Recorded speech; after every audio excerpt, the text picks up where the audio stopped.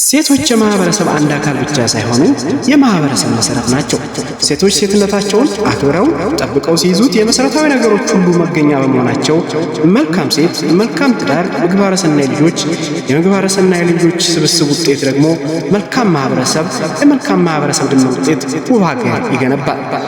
ሴቶቻችን መልካም ሲሆኑና ስልጣኔ በሚመስል የፌሚኒስት ሀሳብ ያልተወሰዱ፣ ያመለጡ፣ የተለዩ ፈሪሃ እግዚአብሔር ያላቸው የታረቀና የተግባባ ማህበረሰብ ይፈጥራሉ። ሴት የሀገር የኑሮ መሰረት ነች። ሴትነት በሴቶች ውስጥ ውበት ነው። ወንድነት በወንዶች ውስጥ ሞገስ ነው። አሁን ዘመኑን የምፈራው ከሴቶች በላይ ሴትን ለመምሰል የሚጣጣሩ ወንዶች በመብዛታቸው ነው።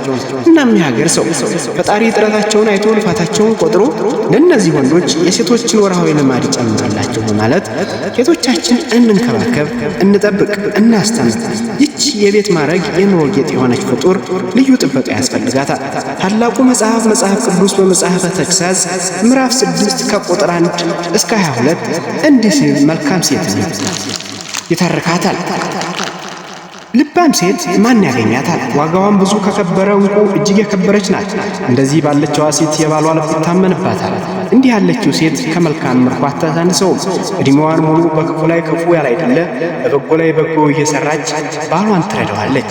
የበግ ጠጉር የተልባ እግር እያባዘተች በእጆቿ መልካም ትሰራለች። እርሷ ከሩቅ እንደምትነግድ ሀብታምን ሁሉ እንደምትሰበስብ መርከብ ናት። ገና ሌሊት ሳለ ትነሳለች። ለቤተሰቦቿ ምግባቸውን ትሰጣለች፣ ለገረዶቿ ተግባራቸውን ትሰጣለች። እርሻንም ተመልክታ ትገዛለች፣ ከእጆቿም ፍሬ ወይን ትተክላለች። ወገቧንም በኃይል ትታጠቃለች፣ እጆቿንም ለሥራ ታወጣለች። ሥራ መልካም እንደሆነ ትመለከታለች። መብራቷ ሌሊት ሁሉ አይጠፋም። እጆቿን ወደሚጠቅመው ሥራ ትዘረጋለች፣ ክንዷንም ለመፍተል ታበረታለች። እጆቿንም ለችግረኛ ትዘረጋለች፣ መሃል እጇም ወደ ድሃ ትዘረጋለች። ባሏ በውጭ ዘገየ እንደሆነ በቤት ስላሉት አያስብም። ቤተሰቦቿ ሁሉ እጥፍ ድርብ የለበሱ ናቸው። ለባሏ እጥፍ ሆኖ ከተፈተለ የተልባ እግር መጎናጸፊያን ትሰራለች፣ ለራሷም ከነጭ ሐር ልብሷን ትሰራለች። ባሏ በሀገር ሽማግሌዎች መካከል በሸንጎ በተቀመጠ ጊዜ በአደባባይ እየታወቀ ይሆናል። የበፍታ ቀሚስ እየሰራች ትሸጣለች፣ ለከናውያን ዲግ ትሸጣለች። ሕጋዊ በሆነ ነገር አፏን ትከፍታለች፣ ለአንደበቷ መጠን ታደርጋለች። ብርታትና ውበትን ትለብሳለች፣ በኋላም ዘመን ደስ ይላታል።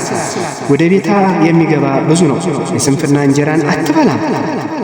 ሕግና ምጽዋት በአፏ አለ፣ አፏንም በጥበብ ሕግ ባለው ሥርዓት ትከፍታለች። ምጽዋት ልጆቿን ያሳድጋል፣ ያበለጽጋል። ባሏም እንዲህ ሲል ያሞገሳታል። ብዙ ሴቶች ሀብትን ሰበሰቡ፣ ብዙዎቹም ኃይልን አደረጉ። አንቺ ግን ትልቂያለሽ፣ ከሁሉም ትበልጫለሽ። ውበት ሐሰት ነው፣ ደምግባት ከንቱ ነው። ብልህ ሴት ግን ትባረካለች። እግዚአብሔርን የምትፈራ ሴት እርሷ ትመሰግናለች።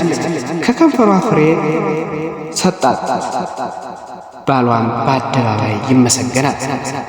እናም ውድ ቤተሰቦቼ መልካም ሴቶቻችንን እንጠብቅ። ብዙ በሴቶቻችን ላይ የሚደርሱ ጥቃቶችን እንቃወም፣ እንበርታላለሁ። እናንተስ ስለ መልካም ሴት ምን አይነት ሐሳብ አላችሁ? ሰላም ሁኑልኝ። ጨርሻለሁ። አመሰግናለሁ።